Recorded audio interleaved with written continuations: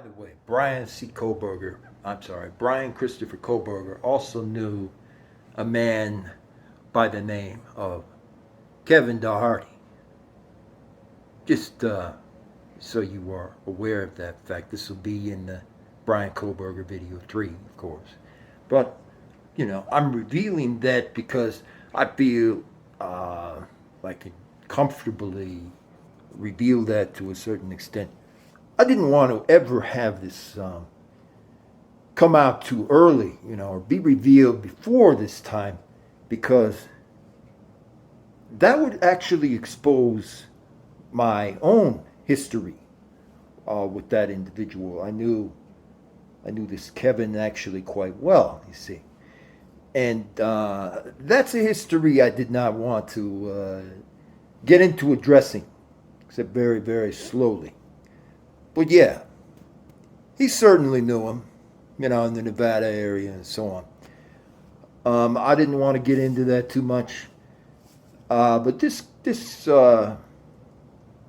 very interesting because, of course, it means that situation with Bryan and also Kevin was connected to this disappearance. I'm sure you've heard of it, the disappearance of Jelani Day. Yeah, very tragically, unfortunately, yes. And Kevin was directly linked to covering that up, for a fact.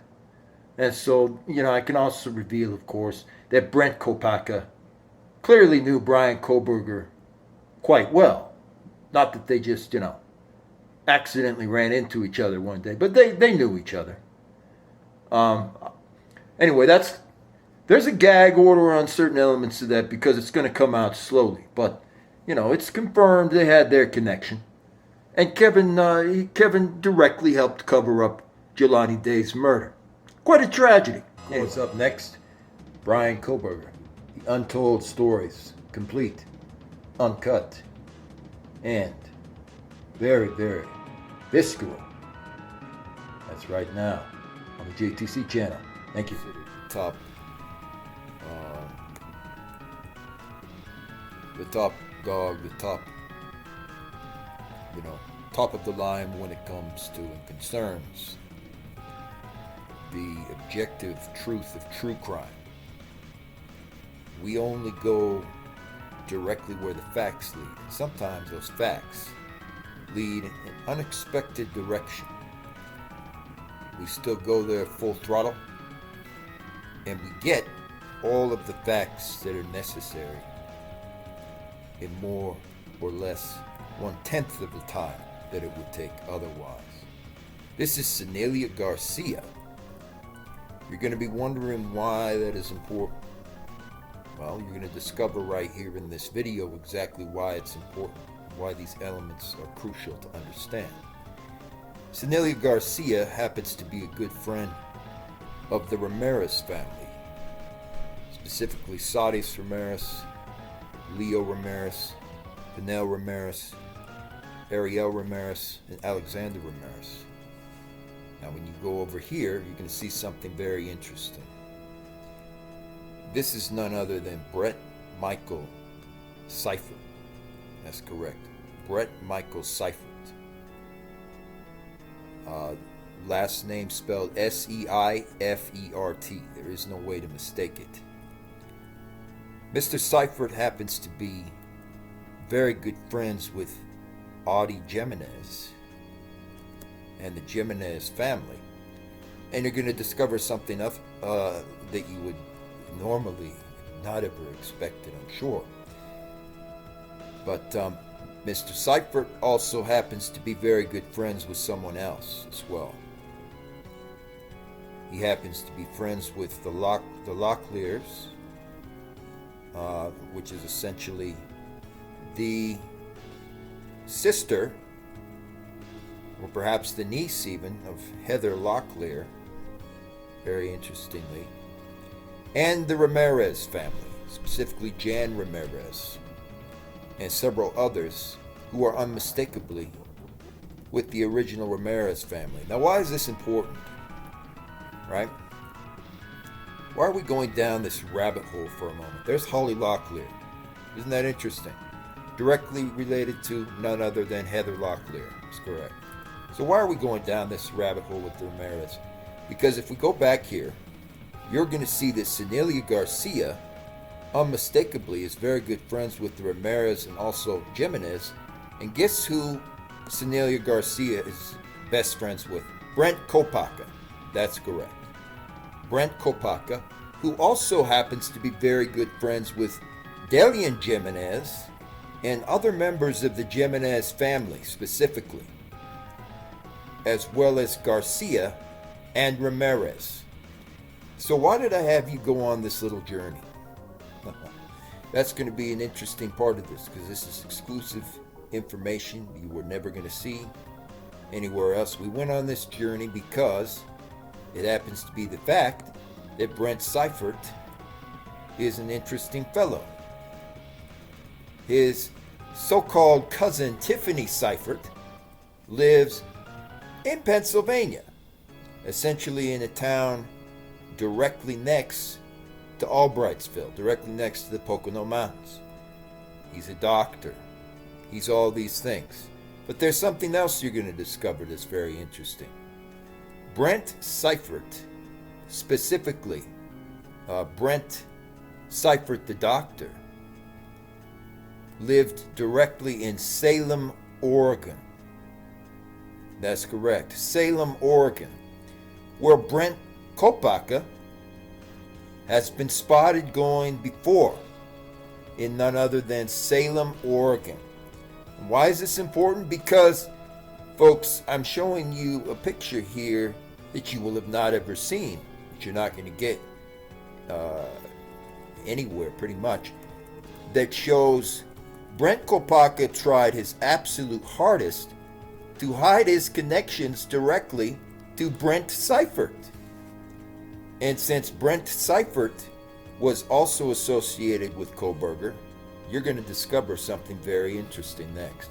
Thank Brent Seifert, unmistakably the doctor and professional of Salem, Oregon. Now, Salem, Oregon is interesting because during the initial part of the Kohberger investigation, I want you to remember, because I'll take you to the screenshot of it in a moment, they discovered a Hyundai Elantra in the area of Salem, Oregon, ironically enough, that they were looking into. They were examining it for other reasons. And in Salem, Oregon, that's where the actual homicide took place of Timothy Juetten and similar things. A very interesting interest. But this is why this is so important to recognize this. Mr. Brent Seifert, and actually also Tiffany Seifert, are good friends as far as they are friends and are friendly with Brent Kopacka. They are direct associates, in fact. I've just proven now, of Brent Kopacka, which changes a lot of interesting things about, I don't know, you might say, the situation, as it's called, with Idaho 4. You know, some people say that the demise of Travis Juetten might be linked to the Idaho 4. I'm not saying what I believe one way or the other about that yet. But I just discovered something that is unmistakable, that is changing the dynamics of this case very, very quickly, of course. And that is none other than Brent Seifert. And the Seifert family are good friends, or at least closely related and associated with Brent Kopacka. They're apparently best friends of the Ramirez family, the Jimenez family, and also even Heather Locklear, ironically enough, and some of the members of the Locklear family directly, as well as Sexton, William Sexton, Bethany Sexton, and Funk. I believe it was Bethany or something. Yeah, Funk, the original Bethany Funk, who's always paraded in the whole investigation dealing with this case. So again, I just showed you that Brent Kopacka has for some time been hiding who he's affiliated with. And why would that be? Right? The most important thing that that we do here, I want you to sound off in the comments down below. What do you feel? How are you seeing this situation slowly start to develop? What do you think about this? You think it's any coincidence at all that Brent Kopacka is very closely affiliated with this Dr. Brent Seifert and the Seifert family? Sound off in the comments down below. How you're starting to feel about Brent Kopacka, and also his relationship to this interesting scene that took place in Oregon, of all places. Do you feel that Mr. Seifert and Mr. Kopacka might have something to do with what was going on in Oregon State at some point? Sound off in the comments below. As always, we appreciate your feedback first, most of all.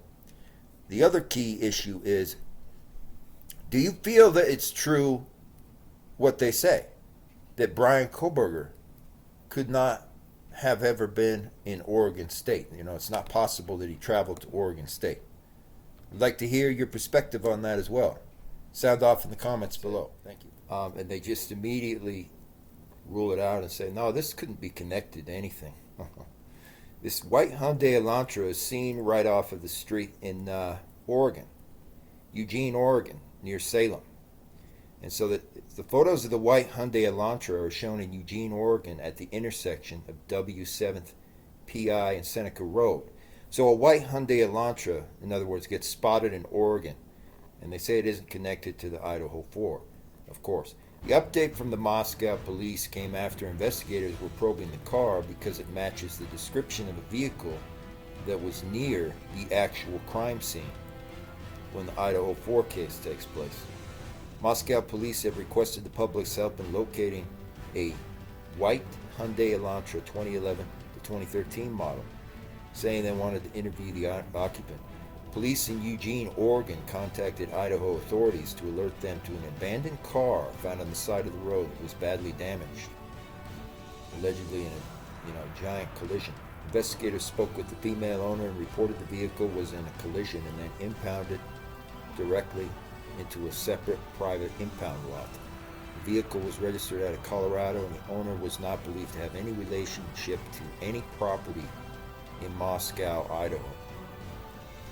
Now, if you look at that white Hyundai Elantra, really, looking how much of a dead ringer that looks like, for the actual Hyundai Elantra that was seen in Moscow.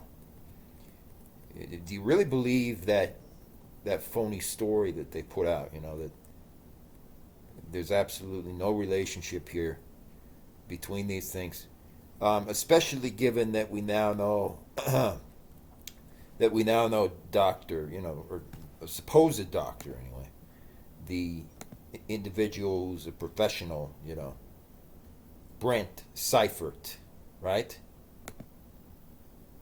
lives in that area of Salem, Oregon, and has been going there the whole time. Authorities requested the public stop contacting the owner immediately. Eugene is 450 miles away from Moscow, where the gruesome murders were said to take place, and the local police has faced growing pressure, according to the chief of police, James Fry. So, James Fry, is probably not the person that we should be immediately turning to when it comes to this issue of the Elantra. I just wanted to have you go ahead and sound off, though. We're always interested in your personal views and your ideas about these issues, most of all. So sound off in the comments. What do you feel about that white Hyundai Elantra? Do you really think it's any coincidence that Elantra is there, close to Salem, Oregon, and Brent Seifert, right? Who's related literally to Brent Kopacka now. And Brent Seifert happens to live in Salem, Oregon. Sound off in the comments below what your thoughts are. We always enjoy hearing your feedback, most of all. The key issue, though, of course, that I've seen here is it's certainly plausible now, I would say, that there could have been a couple of people driving white Hyundai Elantras. Don't you think? To make it appear like the quote car was over here when really it was over there. Yeah, that's exactly it. And then, of course, I really doubt it's any coincidence at all anymore that Seifert is close friends with Bethany Sexton, and the Sextons, the Sextons, including William Sexton, are known serial killers. Allegedly, they are serial killers going back quite a long ways. I find that interesting that all of a sudden these are directly related, okay? And if you look at Tiffany Seifert's history, who has done literally everything you could imagine to hide, for some reason, her connection to Brent Seifert and to Brent Kopacka directly, right?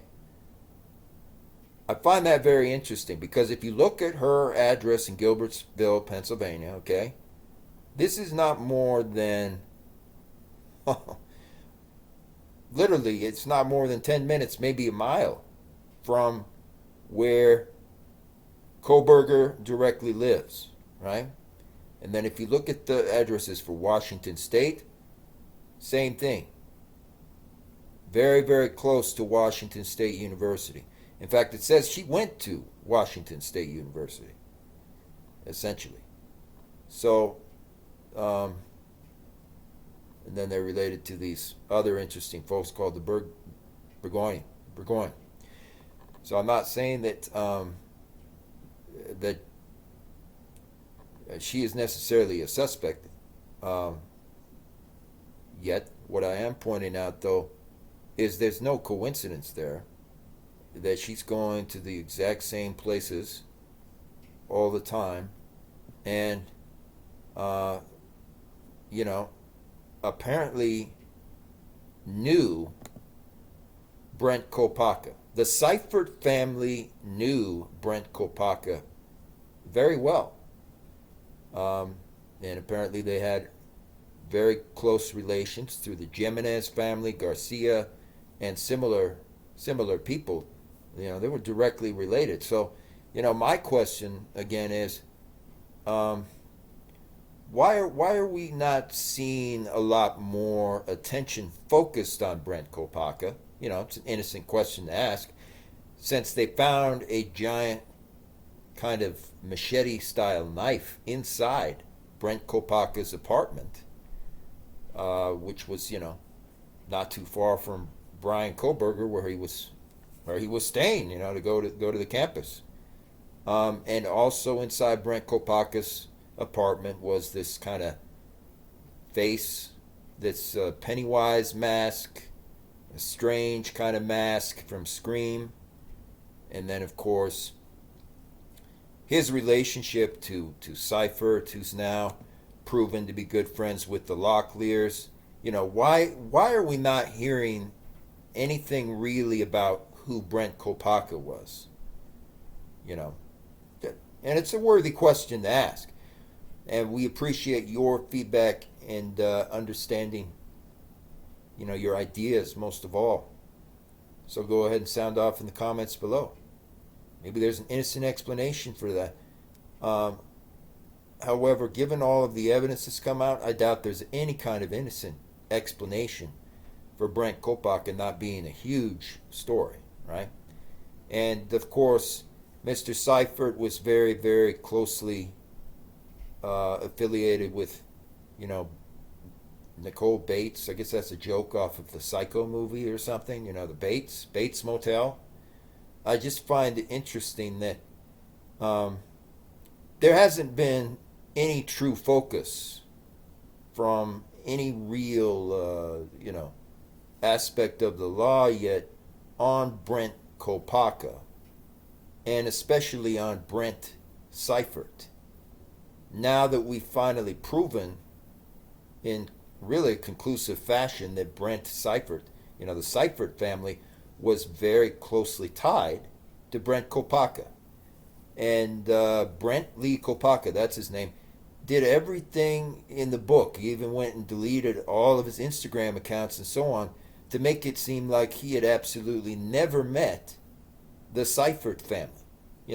And I'd love to know because, I think people have rightfully asked before about that, since Seifert was in Salem, Oregon, allegedly anyway, at the time that Timothy Juetten, was killed. That's what they're all talking about. And then we see Seifert is there. He's friends with many of the Locklears, including Alan Locklear.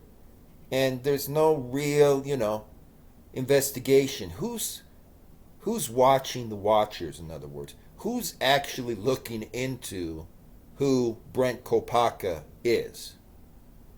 And I submit to you that the reason that they're not looking into that is because, again, Brent Kopacka was very involved with this since day one. That's what I submit to you. Thank you. Smoking gun.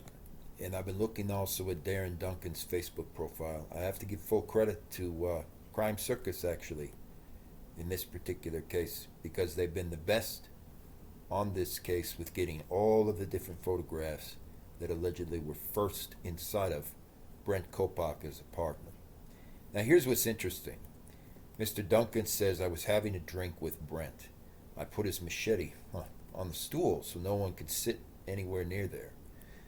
Oh God, I miss you. I know you hated it when I said that. That's probably why I say it so much, because I'm a fool. Ha ha, I love you though, dude. Pennywise the clown. And there it is. A machete. And interestingly enough, what was also seen inside there, although I still have to examine the evidence of that very closely, different types of knives, charading style knives, K-bar style knives. That's correct. And most importantly of all, a mask allegedly for a clown like Pennywise, and the Scream mask from Scream 4 or Scream 3. Now, keep in mind, there's going to be a lot of you who are going to say, well, that's interesting, hard evidence, but that's only enough proof to show that, of course, Brent Kopacka was involved with some odd people, apparently also Brent Seifert. He may have, being the key word, been connected to perhaps, I don't know, the homicides or something that occurred in Salem, Oregon. It can't just be explained away anymore that actual Hyundai Elantra was seen in Oregon a couple of times, and that's right next to where Brent Seifert works as a doctor, apparently. And it can't be explained away, that Seifert is tied directly to the Locklears, Ramirez, and all of these people, of course. But again, even if somehow Brent Kopacka is tied in some way to this mysterious homicide that took place in Oregon, or the several homicides such as the Timothy Juetten homicide, what does that have to do with any of this other stuff? And again, I submit to you that we really don't know right now at this stage, but I can tell you based upon this type of hard evidence of Kevin Kopacka himself, that's right, being a director and scene director for a Dracula film. Kevin Kopacka himself, the brother, literally, brother of Brent Kopacka. And he did all the film scenes for these different horror films and the Dracula film and so on, and he has dozens of photos. We're talking like many, many, many, many photographs, allegedly hundreds. But that's enough to say once and for all that Brent Kopacka is a significant factor. What it doesn't prove is really whether or not Bryan Kohberger and Brent Kopacka knew each other and would have been doing something, for example. But I can tell you, based upon things that I've looked into, right? They most certainly did know each other. They did know each other. But it's going to be difficult to prove conclusively of how they knew each other is the key word. But it can no longer be ignored because, here's Kevin Kopacka doing all the different scenes and the murders for actually the Dracula series and this alleged TV show linked to Dracula and all these different things. So Brent Kopacka was involved somehow, yeah. But the question is there perhaps an officer, I don't know, in Idaho who didn't want this evidence, this hard evidence and so on to come to the surface to show exactly where and how Kohberger and Kopacka, Brent Kopacka to be exact, knew each other. And I submit to you that there is, and I will officially prove that. But again, I'm not saying that we can say that Bryan Kohberger and Brent Kopacka were directly related to each other yet, in some fashion. But it can't be denied anymore that Brent Kopacka, he was right there, not more than a few minutes from DeSales University when looking at his address.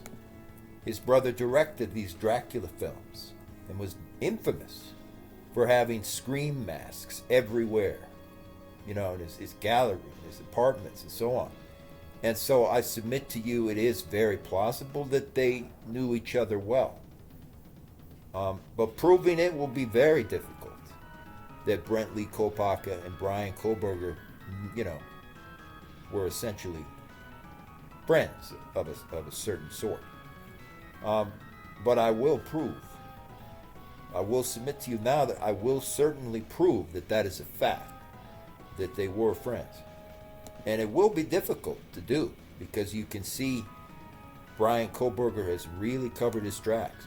So sound off in the comments below. What are your thoughts, your ideas and insights now relating to the Bryan Kohberger case? Do you feel that these coincidences can be ignored any longer? Or do you sense that perhaps Brent Lee Kopacka and Bryan Kohberger were directly working together with someone else, or allegedly one or two someones? Sound off in the comments below. Your ideas, insights, and feelings, most of all, is what we like to hear and helps us solve these crimes. Thank you. More to come right here on JTC, where Darren Duncan and Brent Kopacka allegedly shared a drink a number of times that are in the form of the mask from Scream inside Darren Duncan, aka Joey Columbine's studio. And apparently Kopacka was also a fan of as well. These are cakes that were made deliberately in the kind of shape, of the face that you see in the Scream franchise. Joey Columbine, allegedly, is what he calls himself. And he's the one who put up a personal machete and special knife in honorary tradition for Brent and spoke about Brent very fondly. He has Scream masks allegedly across his entire studio, and similarly keeps a couple of Scream masks as motifs for the movie Halloween, in the same way that Brent Kopacka kept, for some reason, the Scream mask as a motif. And it's very, very interesting. You know, they are extreme fans of that particular franchise for some reason.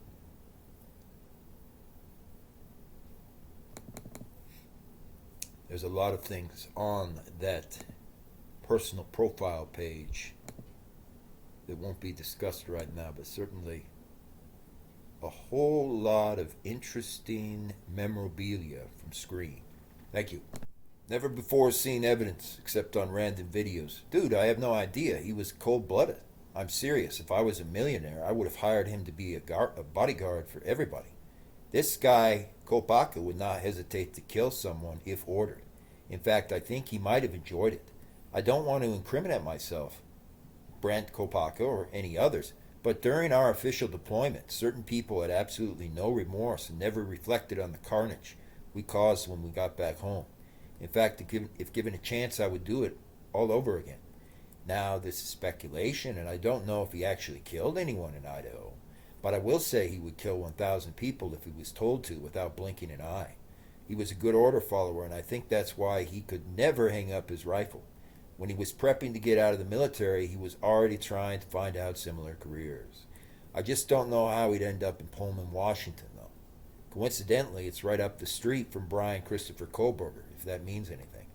Knowing how he was, something isn't sitting right with me, though. So, and that's speculative. Of course, it says, we had the name of the police when it first happened approximately 23 days ago, but only the op said that the guy was in the car with Bryan when the knife was brought in. Problem is, he didn't buy the K-bar, he bought a Spyderco knife. So, that's a problem that they've been pointing out. I don't know truly what that means yet, but it's saying that Bryan actually bought a Spyderco knife, which doesn't absolve him. I mean, he probably, I'm saying, still was involved in trapping them, maybe even cutting someone, okay?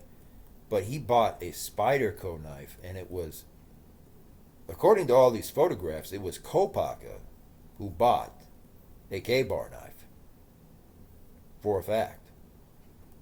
So when you think about that, throughout history, we've seen interesting events that have occurred sometimes where somebody would get set up, or they would purposefully make it seem like they got set up for a friend, essentially, because they would be brainwashed, maybe, right? Their mind would not be in a normal manner or operating normally. And so I felt like maybe, perhaps, that is a very good plausible situation when it comes to Kohberger dealing with Mr. Kopacka. Maybe he got him brainwashed, given that he's a criminology or criminologist expert, allegedly. Maybe he did have, in some way, to be able to get him to be brainwashed. They certainly were never very close, right? But what I'm suggesting now is that the evidence is certainly becoming undeniable. Brent Kopacka and Bryan Kohberger knew each other. So they don't have to be particularly close. You know, Kohberger said he looked up to all the time a army, kind of an army captain or something, an army trooper is what he says. And that's what rank, the exact same rank that Brent Kopacka happened to have. So it's something interesting to toss around, at least. Maybe, perhaps, if Kohberger, you know, was talking to Brent or something, they had a falling out, and then he somehow got Kopacka either directly or indirectly brainwashed to go in there and do who knows what. I mean, the footprint, at least in the house, was for a Van-style shoe. And Kohberger was wearing Nike-style shoes that they recovered from the crime scene, they say, in all the search warrants. So if Kohberger was always wearing these Nike shoes, what in the world was a Van-style shoe doing inside the actual building for these footprints? And what I'm saying there is there's just simply not enough evidence yet to determine why. But again, it's very likely, especially the way that I've been revisiting these key pieces of evidence, that Brent Kopacka was heavily involved in that area of that particular part of Idaho, and also the actual surveillance video, which allegedly showed this Hyundai going by, which was kind of a silver Hyundai Elantra. And that's been confirmed, of course, that Brent Kopacka drove that exact type of Hyundai Elantra. Again, I submit to you that it's very, very likely that he was involved. Maybe he was even the one who stabbed a lot of the people. Maybe he only stabbed one person. But without full forensics being done, we cannot say what that is yet. But we can certainly say, I will say this for a fact, we can say Bryan Kohberger and Brent Kopacka, they were connected. They were related together. Because Kopacka was living not only down the street, he was actually earlier on, less than a few minutes from DeSales University. It was about like 500,000 feet or something from DeSales University, where Bryan Kohberger was going to his official doctorate studies all the time. So he was there the entire time. All this has been going on. And he was talking to Mr. Seifert in Oregon, the entire time all this has been going on. So either he's just someone who randomly fell into this and perhaps he committed a crime in Oregon and he'll be, held accountable, or he was certainly connected with Bryan Kohberger in more ways than Kohberger has so far suggested in the news. And I submit to you that I will prove once and for all that Brent Kopacka was at least somewhat friends with Bryan Kohberger. And that will be the key to this entire case, I feel. Especially given that the Seiferts in Salem, Oregon, and so on are very close to Brent Kopacka. Thank you again. There's always more to explore here. AKA Joey Columbine. This is to provide hard proof and hard evidence also, of course, that Joey Columbine is very good friends with the Kopackas. And he was over at Brent Kopacka's house, his apartment, as they say, where all of the scream masks were found. And is very good friends with Zach Kopacka, Brent's brother, Joe Kopacka. Interestingly enough, Joe Kopacka, right before a lot of things occurred, very, very interestingly. And Joe Kopacka, in the scene where he's at the stadium for the NHL, the NHL hockey game, of course, you see Dunkin' Donuts. And that's no coincidence, because the person who's been found on Facebook and elsewhere, is called Darren Duncan, essentially. Dunkin' Donuts. So Joseph Kopacka is the uncle of Brent Kopacka. Cousin maybe to some, but from what I've been able to uncover, that is his uncle. That is Brent Kopacka's, essentially his uncle. And he was there all the time in Nevada. Pictures are all over to be able to prove, he's a very, very frequent runner in the Nevada area, Reno, Las Vegas, and so on. So given that that's been proven, and that Joseph Kopacka and Brent Kopacka were frequently in Nevada, interestingly enough, there's just one more separation line to prove Bryan Kohberger was also in Nevada. And that's, of course, not fully proven yet. However, from what I have understood, there is absolutely no doubt at all that Kohberger was in Nevada quite a lot. It'll be interesting to prove that. Joseph Kopacka, he is also direct family of Kevin Kopacka, who wrote all the Dracula movies. And that is a very interesting fact. Not speculation, actual fact. So when we look at that and we look at the relationship that's kind of always been there, it has us to guess that Kopacka has been involved with Kohberger for some time. In some way. And the key is to prove how Brent Kopacka and Bryan Kohberger met. And we are going to indeed prove that officially. Thank you. First-hand evidence, at least, is starting to be kind of breadcrumb evidence that's enough to show there was an official causal link between Bryan Kohberger and Brent Kopacka. This is footage of Bryan Kohberger essentially outside, caught on camera in Pullman, Washington. Now, I'm not going to play the entire video, but it's footage of indeed Bryan Kohberger outside in Pullman, Washington, essentially.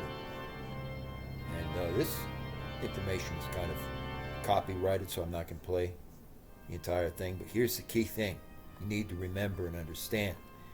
And I've been saying some of this needed to be looked at since the beginning. When Bryan Kohberger was arrested, right? His area of his apartment and so on is allegedly in Pullman, Washington. Well, what people don't know is that Bryan Kohberger was interviewing to essentially become a police superintendent or police chief under Chief Gary Jenkins in Pullman, Washington.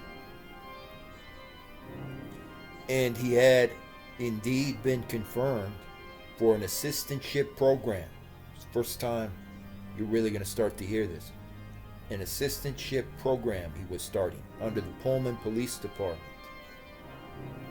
During this exact time that Brent Kopacka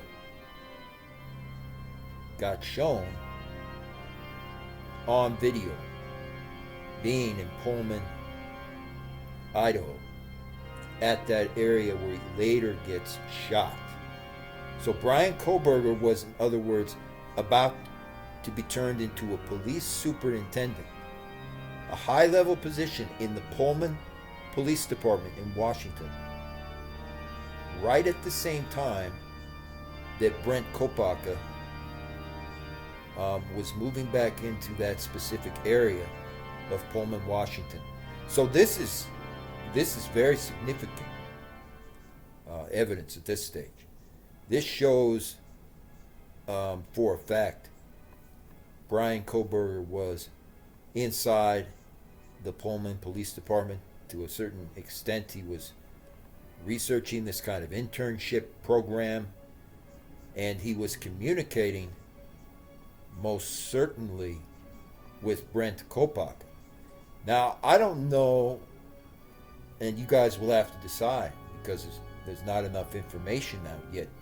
I don't know if that means that they were doing something in specific of planning, but again, he was in the intern program or internship for Pullman, Washington, and he got rejected twice. And this was again at the exact same time that Brent Kopacka was moving like a chess piece into a different area of Pullman, Washington, to be, assigned a different apartment or whatnot. When he started having all the episodes, his PTSD episodes and so forth. So I don't know. I mean, it's real significant though that Kohberger was at least communicating with Brent Kopacka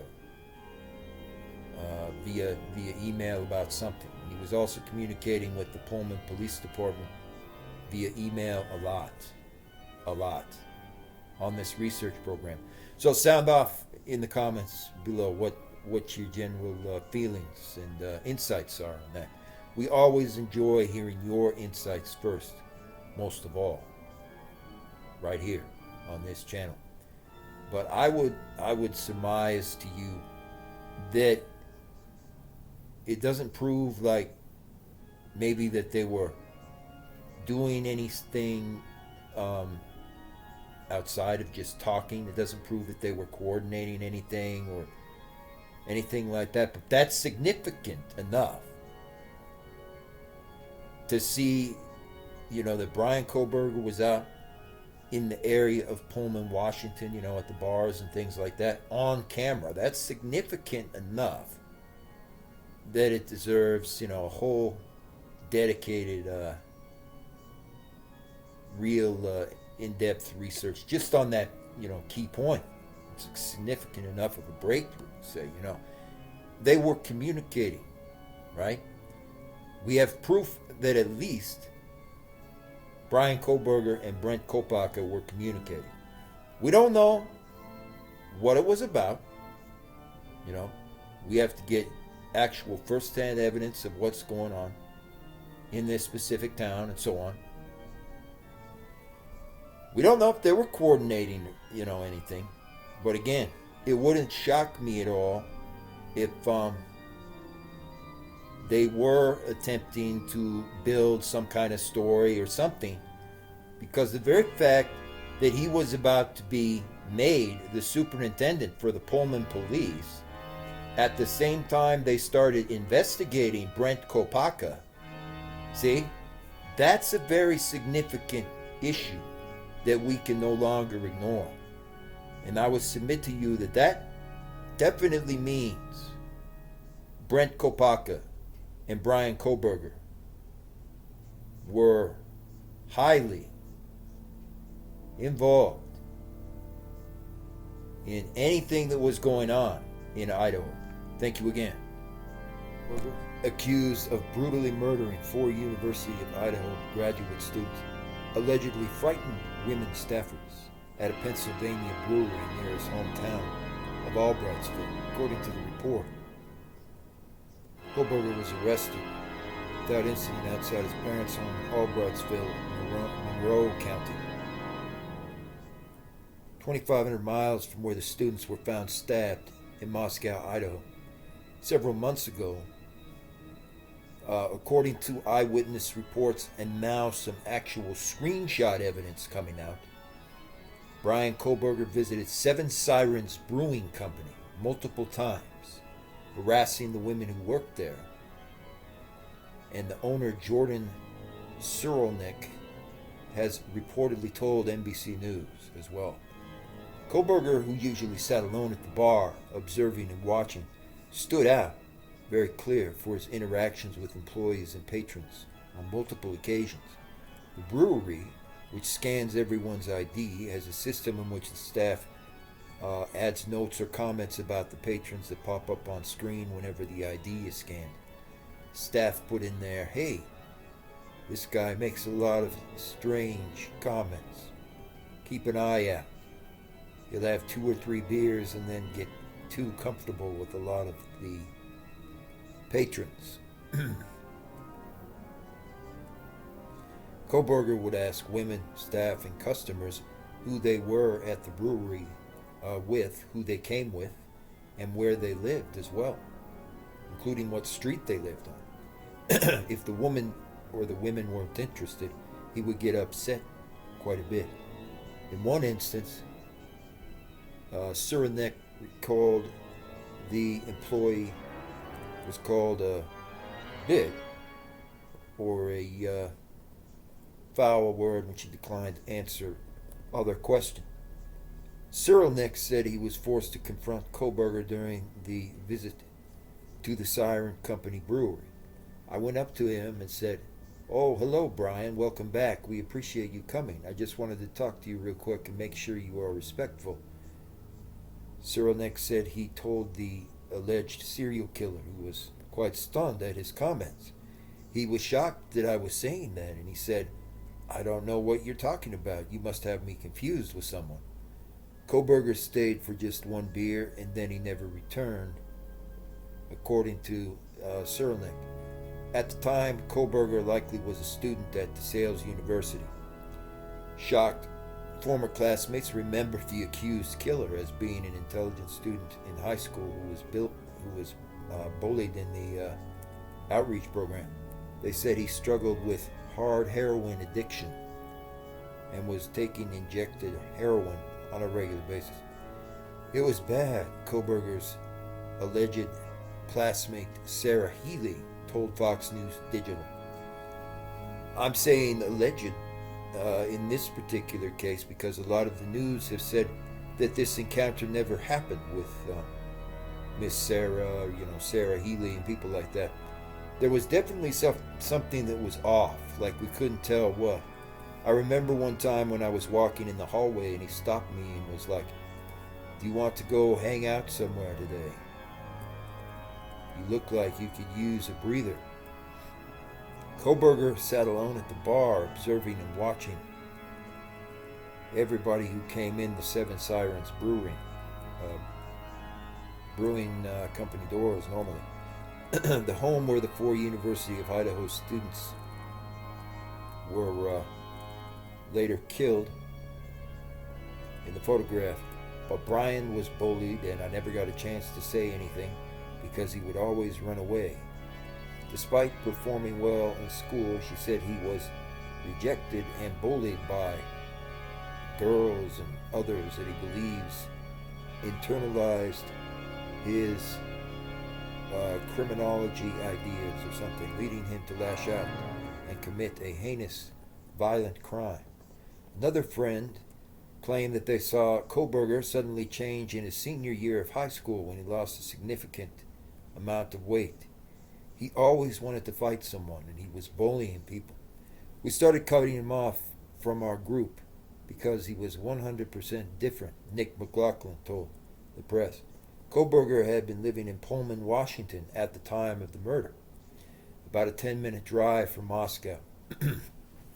One of Kohberger's classmates at the WSU told the Post that he continued his studies after the murders occurred, posting many comments about the murders and engaging in more discussions regarding the quadruple homicide to garner even more ideas about everything that was happening.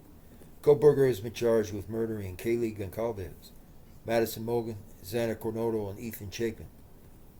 More information on the murders and the investigation that led to Kohberger's arrest is sealed in a probable cause affidavit, allegedly.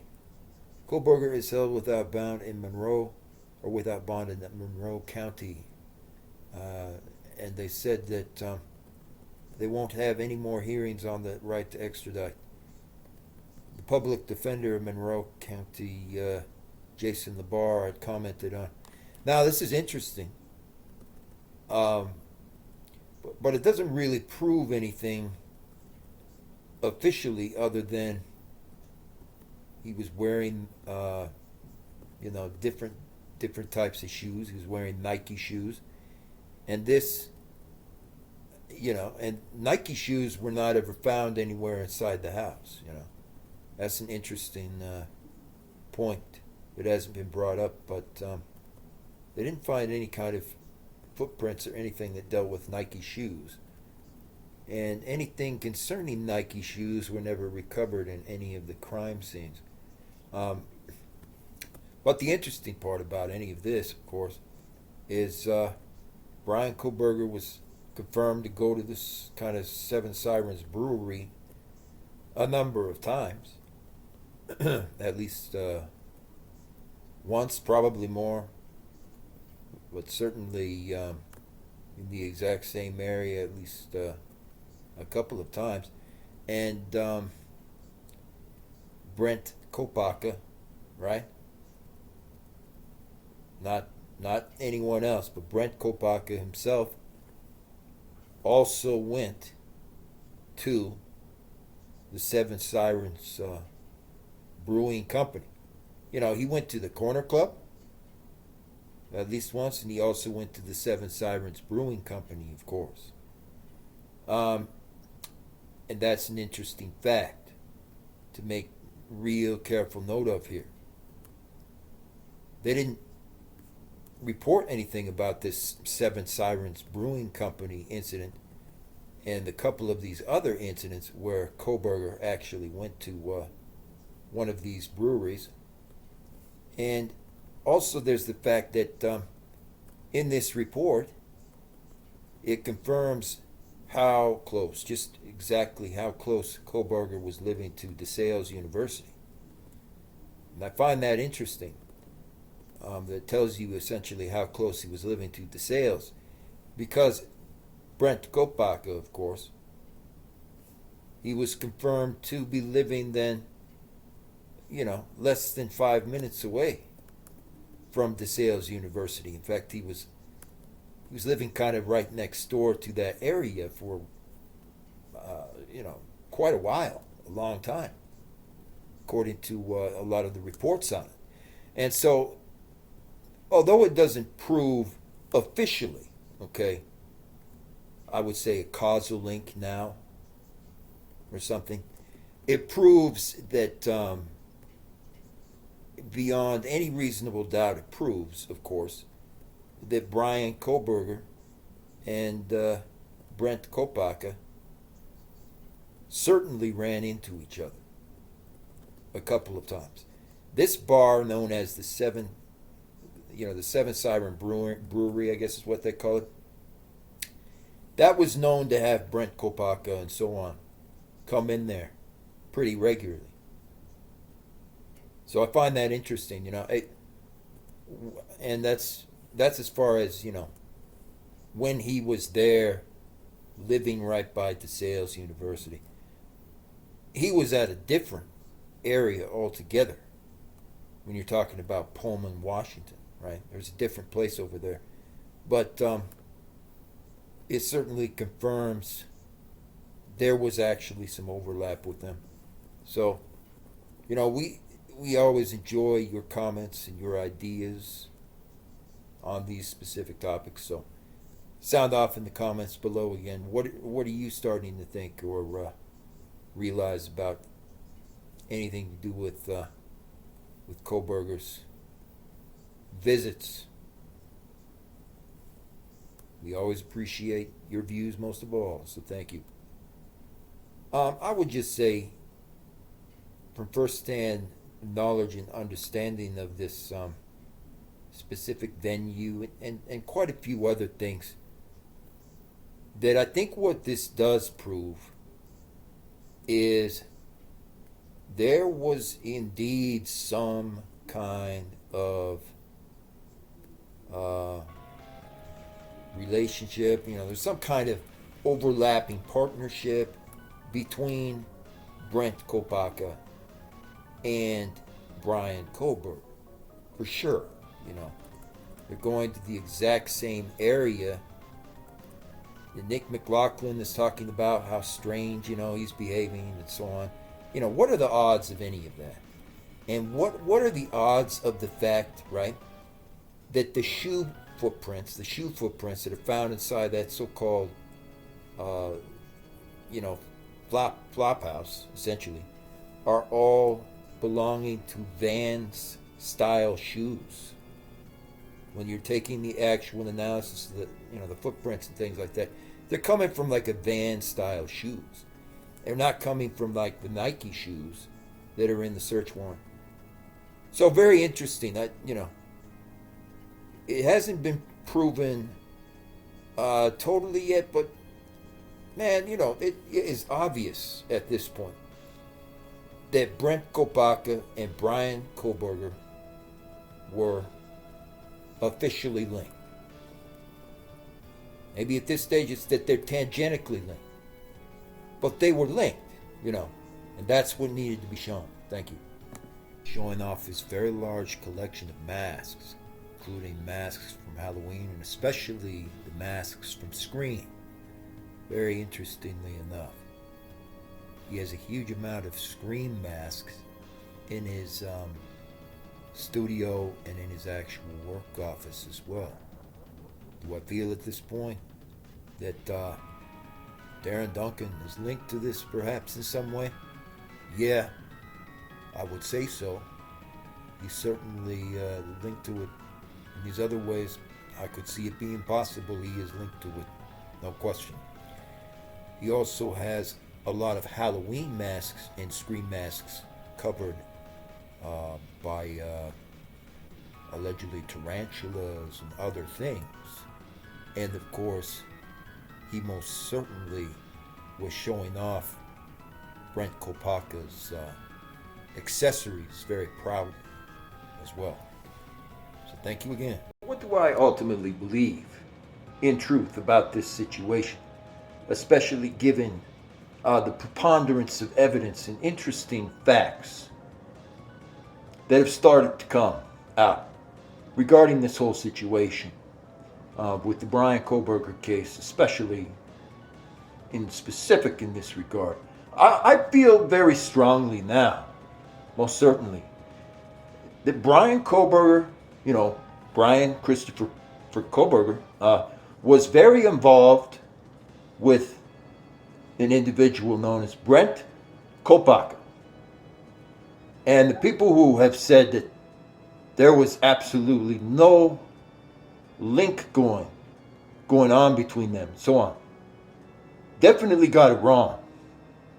I will say that officially, given the preponderance of the evidence and the amount of evidence that's just undeniable now. I will not say, however, that means that Kohberger coordinated something or that they were directly coordinating something in specific together or anything like that, because again, we don't know based upon the very, very high lack of information that's been presented. There's a substantial lack of information. But I will submit to you that I do firmly believe, based upon evidence I've looked at in the records for DeSales University, okay, that Brent Kopacka and Bryan Kohberger were certainly communicating with each other for a while, a long time, perhaps much longer than we have known. And that's why it is so vital for you guys to get this out there. Like, comment, subscribe, and share these videos to the general public, because, we deserve to know why. Why were Brent Kopacka and Bryan Kohberger allegedly, and someone else and another girl apparently as well, why were they communicating at DeSales University? At all. Why were they doing different things together? And I submit to you that it's certainly possible that maybe not a huge coordinated plan or something, but certainly some kind of situation was brewing between them, given the fact they were communicating. And I wanted to point that out. And again, invite you to get this out there, far and wide, because we want to know, why is it that Brent Kopacka and Bryan Kohberger were never brought up in the news together, even though we see clear now and we see the proof from the fact that they were going into DeSales University as well, apparently, okay? Given that they were clearly very closely related, okay? Thank you again. Always a pleasure. And make sure to like and share your views on the video. Thank you.